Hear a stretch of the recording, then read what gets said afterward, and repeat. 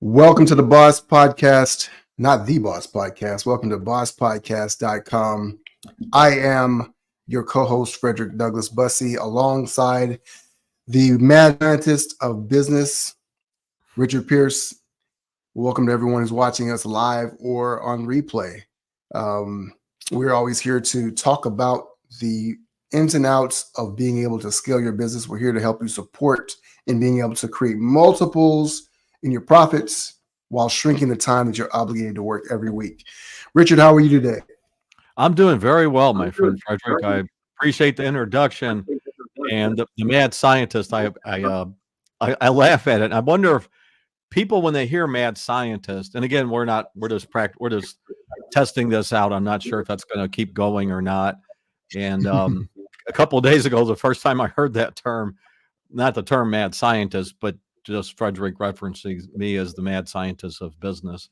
But like Frederick said, we are here to share with you proven frameworks on how you can multiply your profits, work less hours, eventually create a business that runs without you being there so that you have the option to sell your business. If you want to create generational wealth, if you want to achieve your business vision, and there's a lot of challenges that you're currently facing, we're going to share with you very bite-sized, digestible ingredients so that you can actually implement and execute all of these stages. So again, bosspodcast.com. We will be posting some episodes on there.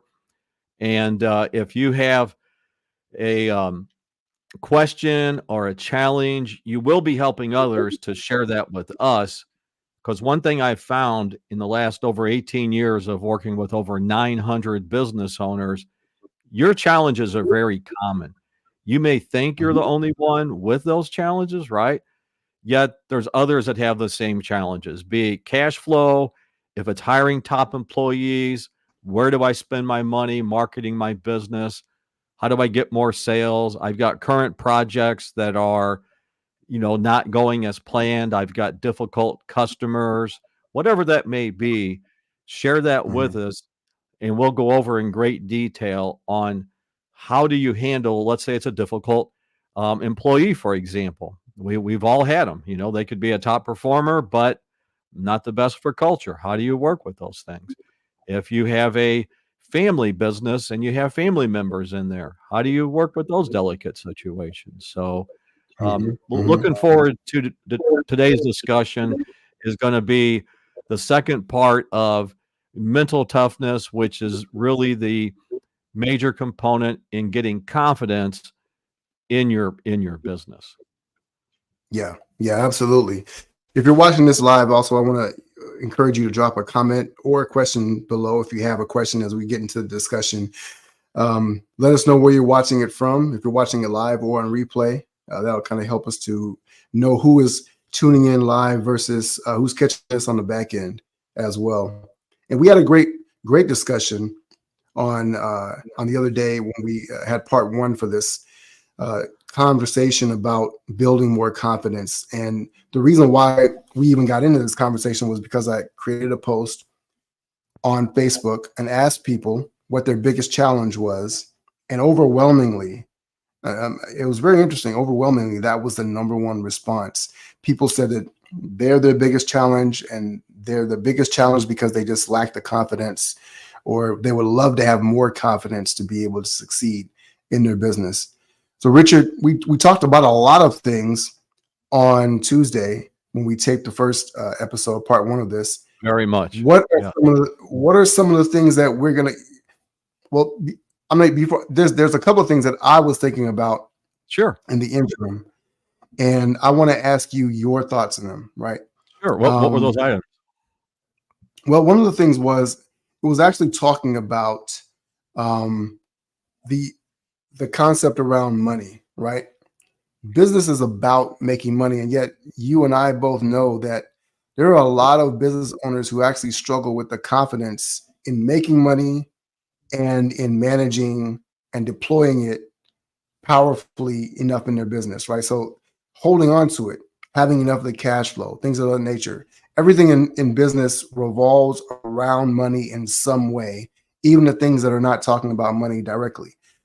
For a business owner who lacks confidence in that area, what are some things that you would tell them to be able to multiply exponentially their confidence? Yes. Great question. Great question. So, also, I know we've covered it before in this show, but before we get into about money in business, this show is not for everybody. And when I say that, we don't sugarcoat items. We're very transparent, blunt, um, brutally honest. Is that a term? I'm sure Mm-hmm. there's different terms here. So that's the first thing. So if you're looking for something that is either politically correct or um, said very nicely, this is not the show. I would say tune away now and everything, because we're going to talk about this. That's our framework with everything we cover. So Mm-hmm. money, everybody has a relationship with money, just like you do if you have a dog, if you have a spouse, if you have a car, you have your favorite food, whatever that may be. You Mm-hmm. have a relationship that's long term with money. Right. Sometimes it's not the best, right? Sometimes it's not the best Mm-hmm. relationship. Yet we want to be aware to ourselves what that relationship we have with money is. And this part, Mm-hmm. this next part, you want to write down. Everybody get their pens and paper out. Everybody knows there's going to be a quiz. So with money, you can be engaging in money or you can be repelling in money. Mm-hmm. So engaging or repelling or a combination of it, like one foot on the brake, one on the gas, one on the brake, one on the gas. So you, in order to realize this, you have to, or let me add to this. So in order to realize that, why are you repelling in money when you should be more engaging in money, you need to think back. It could be started when you were 5. It could be when you were a teenager. It could have been from an experience somebody else had. What is your Mm-hmm. relationship with money? What is the quote unquote bad things that have happened to you with money? It could have Mm-hmm. been something, right? It could have been something you heard from your parents. It could have been, a saying like, what's some sayings about money? Money is the root of all evil. Don't be greedy, Money doesn't grow on right? money doesn't grow on trees, right? Money Mm-hmm. doesn't grow on trees, all of these other items like that. You even Mm-hmm. read, like, what is it? 20 something percent of lottery winners eventually go bankrupt when they didn't have, Yeah. right? When they just made Right. normal money before, right? So Mm-hmm. you have to, so subconsciously, we will protect ourselves and have these things sort of subconscious, or even on what's it called, the peripheral vision. You may see a little Mm-hmm. bit of it, but they really won't be in front of you. So what you Yeah. want to do, right? So what you want to do is you want to take, I use an index card, piece of paper, whatever it may be, and physically Mm-hmm. write down 3 items that negatively affected your relationship with money. Write them Mm-hmm. down and keep them in front of you, because you can use them as fuel and you're aware of it. Yeah. So I'll give you an example. One of mine is survivor syndrome, which we'll talk about, you know, maybe today, but it could be definitely a different show. But survivor syndrome basically comes from the military, and I'm sure there's other examples too, but the military, if you're in battle and someone else unfortunately passes away, and then you may ask yourself, well, why, you know, am I still here? I've Mm-hmm. never been, I've never been in the military, but for an example, once your business starts to do really well, then you have other friends and family and people that you see that aren't doing as well. And you may ask Yeah. yourself, well, right? And you start may asking yourself, well, why am I doing better than the other people? And this can, Mm-hmm. and again, this is one of mine. Everybody's a little bit different. But when I caught myself with the survivor syndrome, when I became aware of it, I use it as fuel, because I know that Mm-hmm. better my business does, right? Better my business does, I can help other people. So for example, like when I go out and eat, especially if I get great service, I'm a very, very large tipper. So Mhm. I'm fortunate enough in business, I can do that. It's not going to, you know, um, make a big difference to me. But if I give 2 or 3 times the normal tip, you know, but the person's going to college or has a family to rate, whatever it may be, I know that's going to help Mhm. them. Right. Right. So I Right. use that as fuel. And that's my example. So instead of having the foil and the brake, I'm like, yes, I'll take another client. Yes, I'll, well, work with a challenging business situation or whatever it may be. So, and of course, it's no secret. Canine units, police canine units are a big passion of mine also. So I use Mhm. them as fuel. I'm more engaging in money. My company does better. I can help out the police canines even more. So back to, and Can I I know I go a little deep can I into this. interrupt because you say something? No, there's a phrase that you use that I don't want the viewers to miss because it may go over their heads or it may sound unfamiliar to them. Engaging in money. When you say that, you're not necessarily just saying holding dollar bills in your hand or running through your checking account or whatever, or just Yeah, shopping or whatever the case may be. What does engaging in money mean I'm practically glad for a business owner? I'm glad you asked that because I do get a little wound up as everybody sees. But so just to clarify that, and very, very smart, Frederick, to catch on that. So engaging in money means that you're accepting making more money than you've ever made in your life. And you're doing that Mhm. consistently. So repelling in money, you're allowing certain conversations subconsciously, if you're not aware of them, to have the foot on the brake when it comes to making more money. You have the Mhm. ability, right? You have the ability, but your conversation may be like, well, I don't know if I want to raise my prices because there are people that can't afford to pay that price. Mhm. That could Mhm. be an example of you're repelling in money. When Right. when in reality, if you raise your prices, you will have the ability to create more value for your ideal clients. You will also attract more customers. And I repeat this, I've tested this out with hundreds of clients. Raised prices on Mhm. businesses, you actually attract more business than you will ever lose. If you double your prices, forget raising it 5 or 10%, you raise it 20%, you can literally double your price. You will attract more customers, yet you have to be. So that's an example of engaging in money, because if you're repelling in money, you may think, Mhm. well, people can't afford that. Times are, inflation, interest rates are high. You have all these limiting beliefs in your Mhm. mind, thinking, well, well, again, inflation or interest rates, whatever it is. Yeah. And right. So that's the main thing is the engaging in money. You're, for example, if you, um, the way you compensate your employees, that's an Mhm. example of, if I have, prices designed for attracting my ideal clients, I can compensate my employees better, create a better culture for them. I can do a variety of things. Mhm. And that's an example of being more engaging in money versus repelling. So Yeah. Yeah. great, To great me, question. this sounds like because the conversation is about confidence, right? And what you're saying is actually when you lack the confidence, because and subconsciously, right? A lot of these things are subconscious conversations that we're Yeah. having.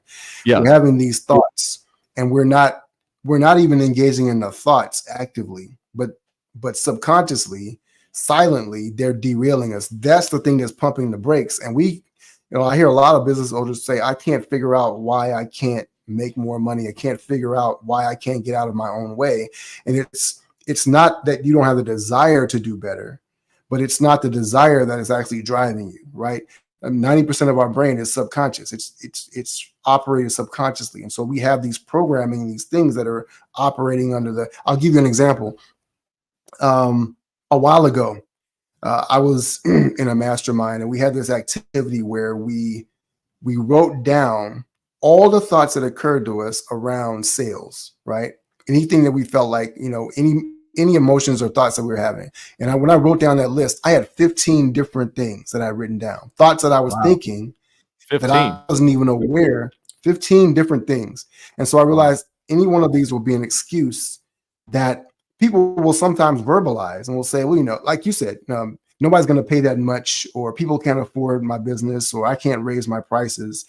And those are all thoughts that people think that are completely untrue because, well, there's multiple reasons for that, but we think a thought is true, and because we think it seems true to us, therefore we embrace it and we act on it.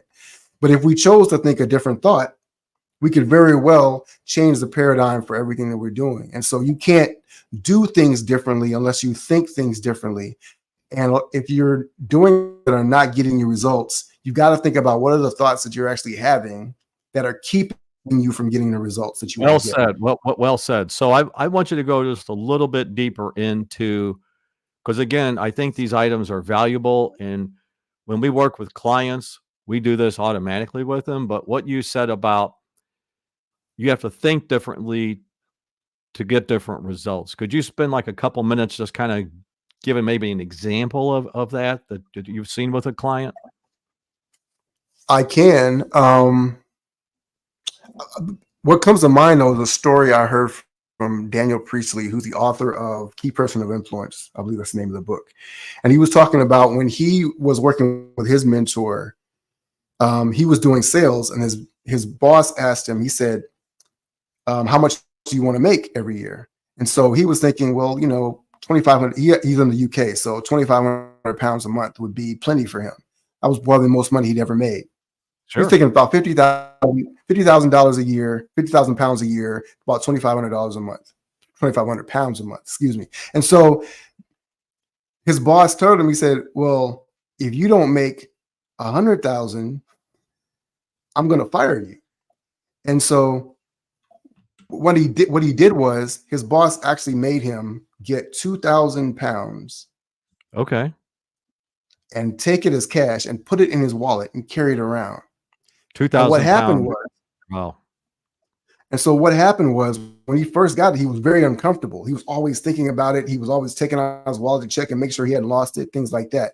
But eventually, the more he carried it around, the more used to it he got. And so eventually, what that became to him was walking around money. And so when he would talk to a client and ask them for a higher price or to sell a product or whatever the case may be, to him, it wasn't a big deal because it was I literally have this much money in my pocket right now. So he became more familiar. So 2,000, I don't know the exact exchange rate, but 2,000 pounds is approximately $2,500, $3,000 American dollars. So, so he became more familiar, more comfortable with carrying around $2,500 in his wallet. Exactly. And I've had a similar experience, right? So I carry cash around in my wallet, even though I don't use it. I just have a certain amount of cash that I carry around in my wallet now. Smart. And it's just now what it becomes you become acclimated to it. Feelings are thoughts, right? Feelings are just signals of thoughts. And so if we can become cognizant of the thought that's behind the feeling, then we can change how we feel about things, and therefore we take the brakes off. Like I love how you use the gas and the brakes analogy because it's very visual. You cannot drive a car by pumping on the brakes at the same time as pressing the gas. All you're doing is revving the engine and stressing you out. So very true. Yeah, it's funny you mentioned that. I've shared with a lot of clients. You want to take the brakes off the car. Just give it gas. I mean, because a lot of times, right? I'm laughing because a lot of times we're have the brake on, or like you said, you're putting the brakes and the gas on, which is when people say burnout, that's a lot of times what happens, right? That's a lot of times what happens. It's not because you're working too much. And again, this could be a separate show or part of a show. Burnout is not because you're working too much. It is caused because The reason due to it is you're not getting the results that you desire. If you're getting the Right. results that you desire, you're full of adrenaline. Watch somebody when they win the Olympics or some sporting event or some entertainer. They are pumped. I mean, right? They Mm. they win it. They run the marathon and win the marathon. Is that guy out of energy or gal? No, they're all, hey, Right. this was great. They're ready to jump up and down. They can't settle it. They're not burnout. So anyway, but back to the confidence is, take those items with your money relationship and write down what those are, whatever that may be. Is it the media because of the interest rates? We're in inflation. Is it something that happened in childhood? Was it a difficult financial situation that you went through that that has you having the brakes on? Whatever that is, that's one of the items. So I think that's a great you know discussion there. And I want us to get into some other items. I'm watching the time here too. I want us to get into some other items that, and I know we've got a Facebook person from Facebook that has a few questions here. What thoughts? I'm willing to bet. I can't see her name, but I'm willing to bet that this is Martina because she would show up on my podcast and take great notes. And so she's been taking notes of the things we've been sharing. Your desires don't drive you. What thoughts are keeping you from getting your desired results? Become comfortable carrying around lots of pounds of cash. Stay full of adrenaline, no burnout syndrome. Write down your obstacles. Yep. No questions, just notes. Yep. It's got to be Martina. Great. Awesome. Good deal. So she'll be ready for the quiz. We appreciate that. Sharing your thoughts from it. Absolutely true. Mm-hmm.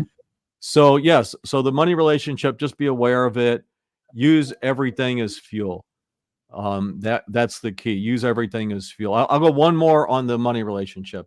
I had a client of mine that he had an uncle that had promised him something financially to become involved in his business. Mm-hmm. And the uncle bailed at the very last minute.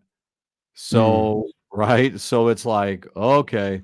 And so what my client did, he actually printed out, and again, we keep all clients confidential. So as you notice, I'm not saying any names or anything of that nature. But my client, he printed out a picture of his uncle, kept it in front of his laptop. And when I say a picture, it was a larger picture of his uncle, and he kept it in front of him. And when he had to make those uncomfortable conversations with employees, or work an extra hour a day, whatever that was, he used his uncle for months as fuel. And as a result, right? And it makes you think. And as a result, his business accelerated. But after a while, that wasn't fuel anymore. So then he threw the picture away. So that's an example, right? So that's an example of engaging in money and using it as fuel. Any of those conversations that are making you repel money, using them as fuel. That's the key there. Can I tag on something you said just at the end before you go to? You said something about that when it didn't work anymore, he threw the picture away. Yes. Right. And I think, especially for a lot of the business owners that we work with, right, they've hit the 7-figure threshold. They've got $1 million of business. When you're first starting out, right, there are certain things that are going to drive you. And then you can get to a point where you probably never thought you would get, right? A lot of people, when they get to 6 figures, then they realize that 6 figures isn't as much money as they thought it was, and they need to keep going further. But you can't be driven by the things that started you in the beginning. A lot of times, if we don't let go of those things, we don't realize we don't actually have the fuel, like you said, to push us further. We don't have the full, so we're hitting the gas, and there's nothing there because we're actually drawing on empty. So I love that the fact that you talked about the fact that he threw that picture away because he realized I need a different type of fuel to take me further than the fuel that got I am. Yeah, they say what got you here won't get you there. Yeah, genius that you said that, Fredrick. That you need a different type of fuel depending on the stage your business is in. What what motivated us 6 months ago, 2 years ago, has maybe lost its effect or doesn't motivate us whatsoever.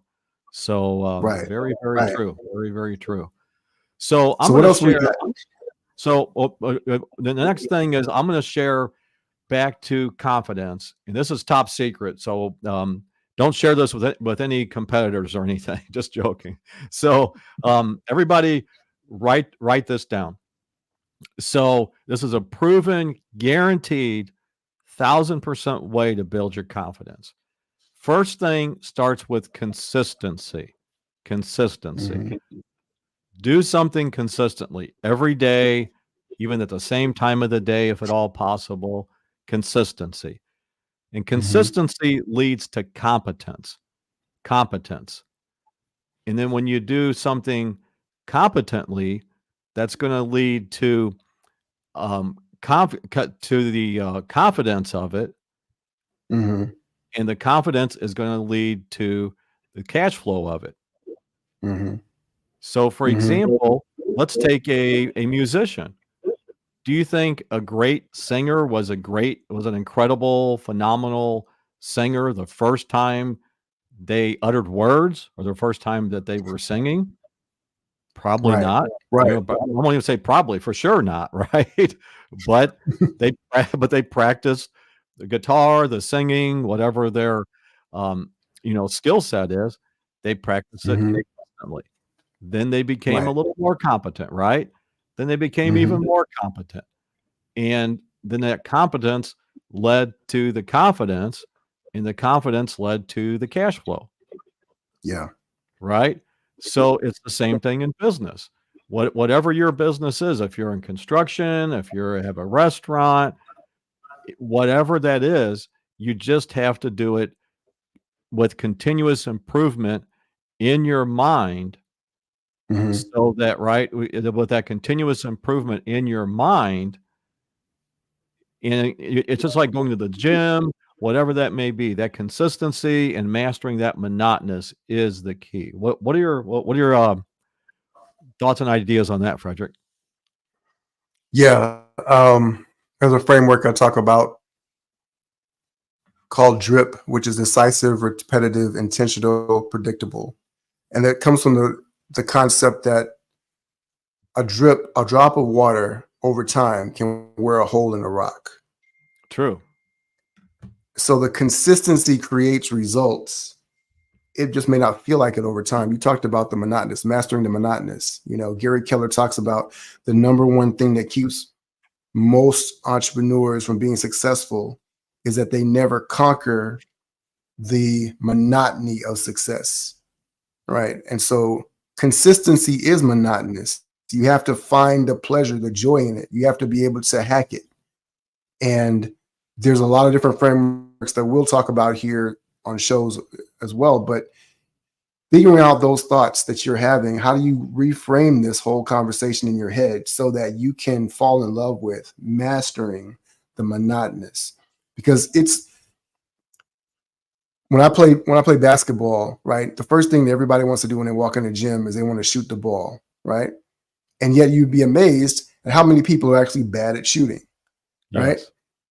And it's because they love shooting it when they're in the game, but just taking 100, 200, 300, 500 shots by yourself in the gym is monotonous. Going and chasing the ball and getting it down and taking the shot again and making sure your form is the same every single time. But it's the same thing in business. If we're not mastering the form, if we're not perfecting the little tiny details, and that comes through repetition over and over and over again, making the cold calls, sending the emails, doing the little things that are required, you can't be successful because you can't get the consistency enough to be able to master the process. Correct. Correct. Yeah, you're right. Just like having company meetings consistently. We share with clients that have employees. You need to have company meetings minimum once a week. Even more Yeah. more will get better results. So Mm-hmm. I think that's a great example with basketball. There's a lot of monotonous there that happens that a lot of people don't focus on. Yet the top athletes focus on that greatness. Just Mm-hmm. that's the key. So just focus on what is monotonous in your business that if you did consistently and improved back to our 1%, 1% every day, what would that do in 70 days? You'd be twice as good if you did it consistently and compounded that. So great example with go ahead. No, talk a little bit about that, because the rule of 70 right there is a great example of a great reason why that really works. Like 1% every day, when you apply the rule of 70, tell people a little bit about what the rule of 70 is. Sure. Why it's so effective when it comes to consistency. Yeah, absolutely. So the rule of 70, let me see, I've got a spreadsheet here that does an example, and I'm going to screen share this as I talk it through at the same time. So this is almost like texting and driving. Don't try this at home, folks. Whatever you do, can be dangerous. Try dangerous for your health. Yeah. Actually, something's not working properly with the spreadsheet. But anyway, so what we'll definitely screen share that in a future show. So with the rule of 70, what you want to look at is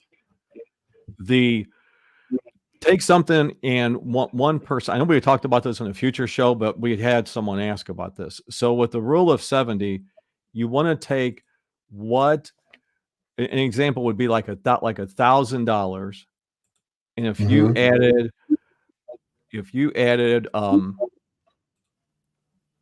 let me get back to the proper screen. If you took $1,000 and you added 1%, would be $10 of that. Right. And then you took that $10 and it was 1,010, and you did 1% of that. So it'd be 1,010, and what is it? $10.10. So you bid $1,020 on this third day, and you can and then you kept compounding that. You would get to the point in 70 days where you have $2,000. So that is the 1%, and when you do that, ties back to the confidence. Just like if you're singing or a musician, if you're any type of business, then you get that confidence from seeing that long-term improvement of back to mastering that monotonous, because that's going to be monotonous as you do those items. Yeah, the boring part of it is in the beginning and along the way. So somebody might be listening and say, well, doubling $1,000 in 70 days sounds boring. But think about how exciting it gets when you realize that on day 71, you're starting with $2,020, right?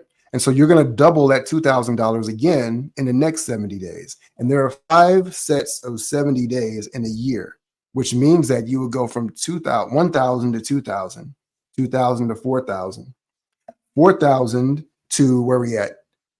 To 8,000, 8,000 to 16,000, 16 to 32,000. So in a year, you would 32x your $1,000 through the simple act of consistently simply adding 10% a day. Yes. Well, I'm sorry, 1% a day. Yeah. So if you think about that, I think this is perfect to tie in. Like today's March 14th, and we're over 20% of the 2024 is complete. So if you haven't accomplished what you want to do so far this year, just do what Fredrick said and look at it. Start compounding it now. Just change those items. So let's go back and again, we're going really deep on some of these items. Let's go back into some other items that will build your confidence in business. And we're sharing a visual on the screen here for the ones that are watching the video. The ones that aren't, if you go to this actual framework is on gatewaybusiness.com. Gatewaybusiness.com. You go to the second framework down. It's titled Business Mental Toughness, and the subset is me versus me. It's winning that inner conversation that like we talked about, where the foot's on the brake, so you can have it all on the gas. Mm-hmm. So one of these components, which one of these have we, should we go deeper into? Which one of these, Fredrick, of these components should we go deeper into? Man, I love the, well, we always talk about optimizing chaos. Let's talk about that. Okay. Did we talk about that on, I remember we talked about that on part one. We talk about this We with did talk about clients all the time. So I think we did a couple days ago, but I tell you what, let's go into mission versus goal. Let's go into that. Okay. That's the one I was going to.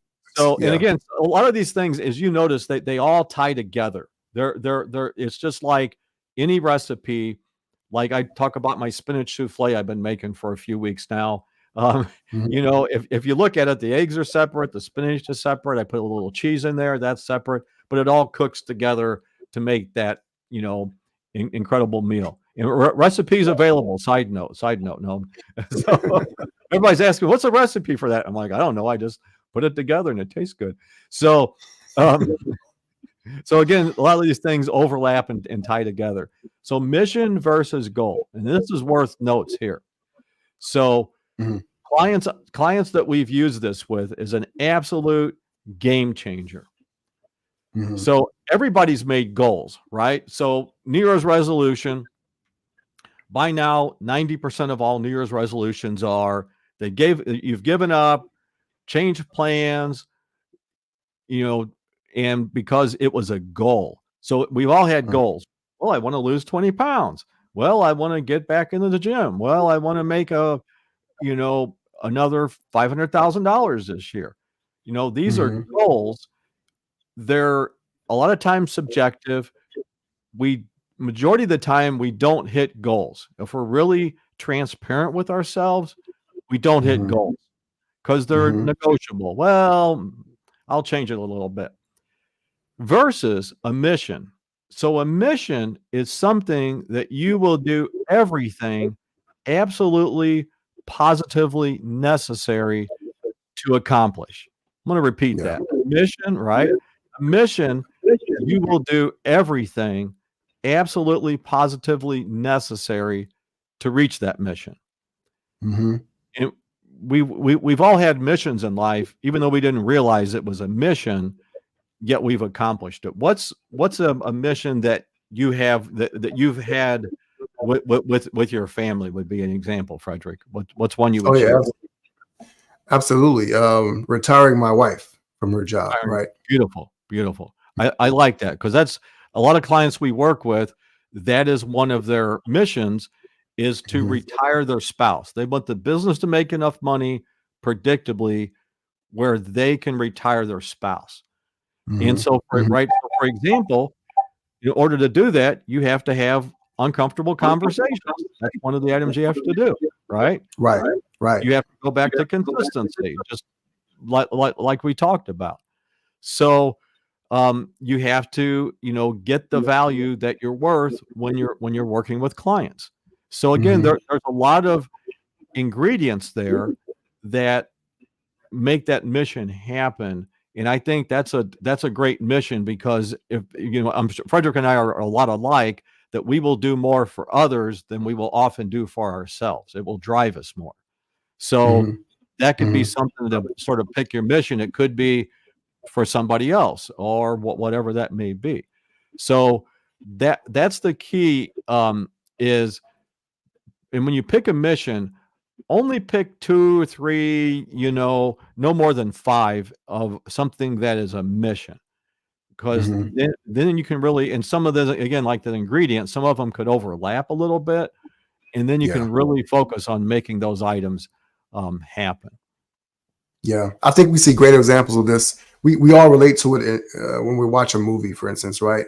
Yes. The hero of the movie has a mission. There's a lot that's at stake. And a lot of times goals are arbitrary because we make them up. It sounds good. Well, I want to make $1 million this year. I want to double. We did $1 million last year. I want to do 2 million this year. It sounds good. But if it's not tied to something that's tangible and powerful enough, deeply rooted in our motivation, And we're always going to be questioning, why am I doing this? Why am I doing that? The little monotonous things. And so what happens is, when we talk about the consistency, those monotonous things, having meetings with your team every week, get tied to the higher stakes that are involved. And so now I'm doing this little tiny thing that I have to do every single day that I may even hate doing, because the outcome is worth it for me. And a lot of times a goal, because it's superfluous, I use a big word, but it's something that doesn't have a lot of substance to it. It sounds good to say. I remember when I was out of college. I graduated college. I was trying to figure out my next move. And I said, well, maybe I'll go to law school. And I was waiting tables at the time. And so sometimes people would ask me what I'm doing. I say, I'm getting ready to go to law school. And their eyes would light up, and they would, look at me in a different light. Oh, you're going to, and it felt good to have people look at me that way. But in reality, I had no real desire to go to law school. I didn't want to be a lawyer. And it wasn't until I could admit that to myself that I could start creating other goals and have another mission in my life that meant more to me to be able to lay hold of. So a lot of times people do that. Yeah, very smart. I think that's kind of an example there, like you said, that you did not want to be a lawyer. And I think that's a lot similar to business. Sometimes people are in business that want to change the business. Maybe they want to have a different type of clientele or a whole different business altogether. So I think that's part of a question to ask yourself. If you're not accomplishing what you want, what your vision is, or what you want to do in business, to make, is that really your mission? I'll give you a very specific example. I had a client that she had a dental practice, a very successful dental practice.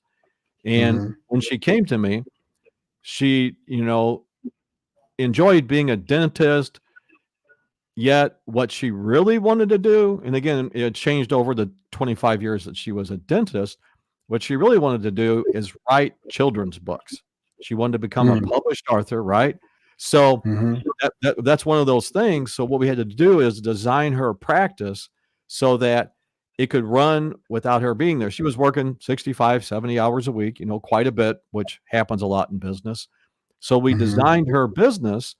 We hired another dentist that did a variety of things, built the culture up, got a lot of things going so that her practice could still be the same level of profitability. It actually went up, she was surprised by it, but that's what we work our magic on.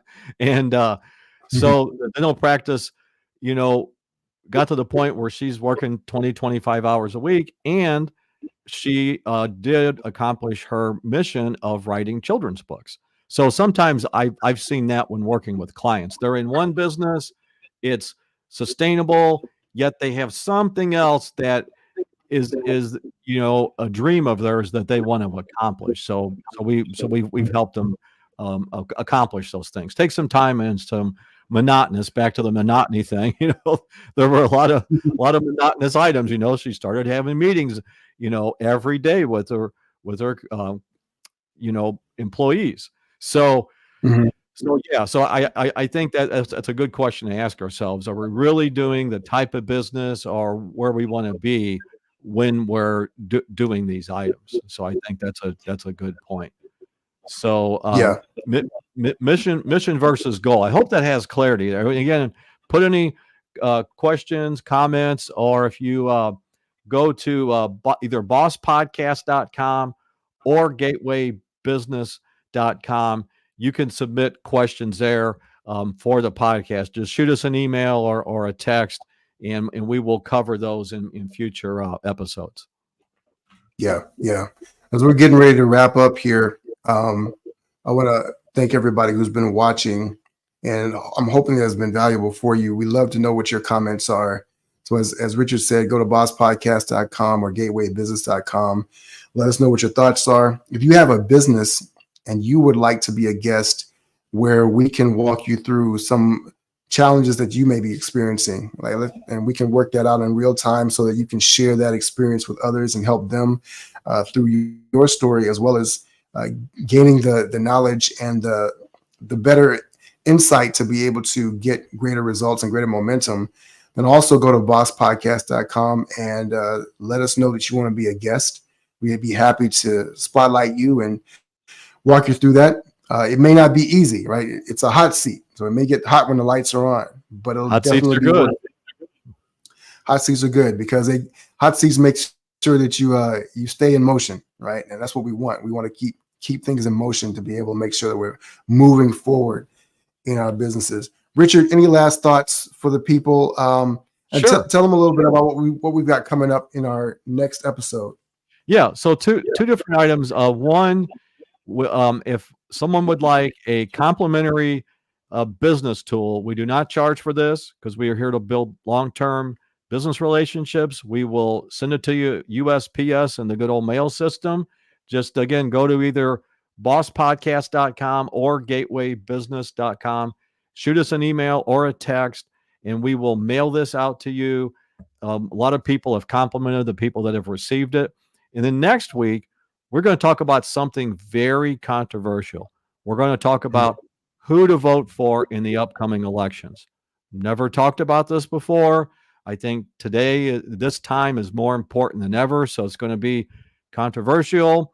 It's going to be who to vote for in the upcoming elections. So if you want to hear this, we're going to lose a lot of people. We're going to gain some people, I'm sure. Yet it's something that I think is very important to talk about in today's climate. And we will definitely cover that next week. And I want everybody to also say safe and productive. Absolutely. We don't talk politics very often, but we're going to definitely be political. It's going to be controversial for sure. And I think it's going to be beneficial for those who decide to stick around and wade through the conversation with us. I want to thank everybody. I want to thank Martina for taking notes for everybody. If you actually track along in the comment section, you can see she's been taking notes faithfully and dropping all of the nuggets that we had here so that you get the Cliff Notes version of the video. So if you are watching this on Facebook, you can get those notes. If you're watching this on YouTube, like, share, subscribe, LinkedIn, let us know what your thoughts are as well. For Richard Pierce, my name is Fredrick Douglass Bussey. As always, ever forward.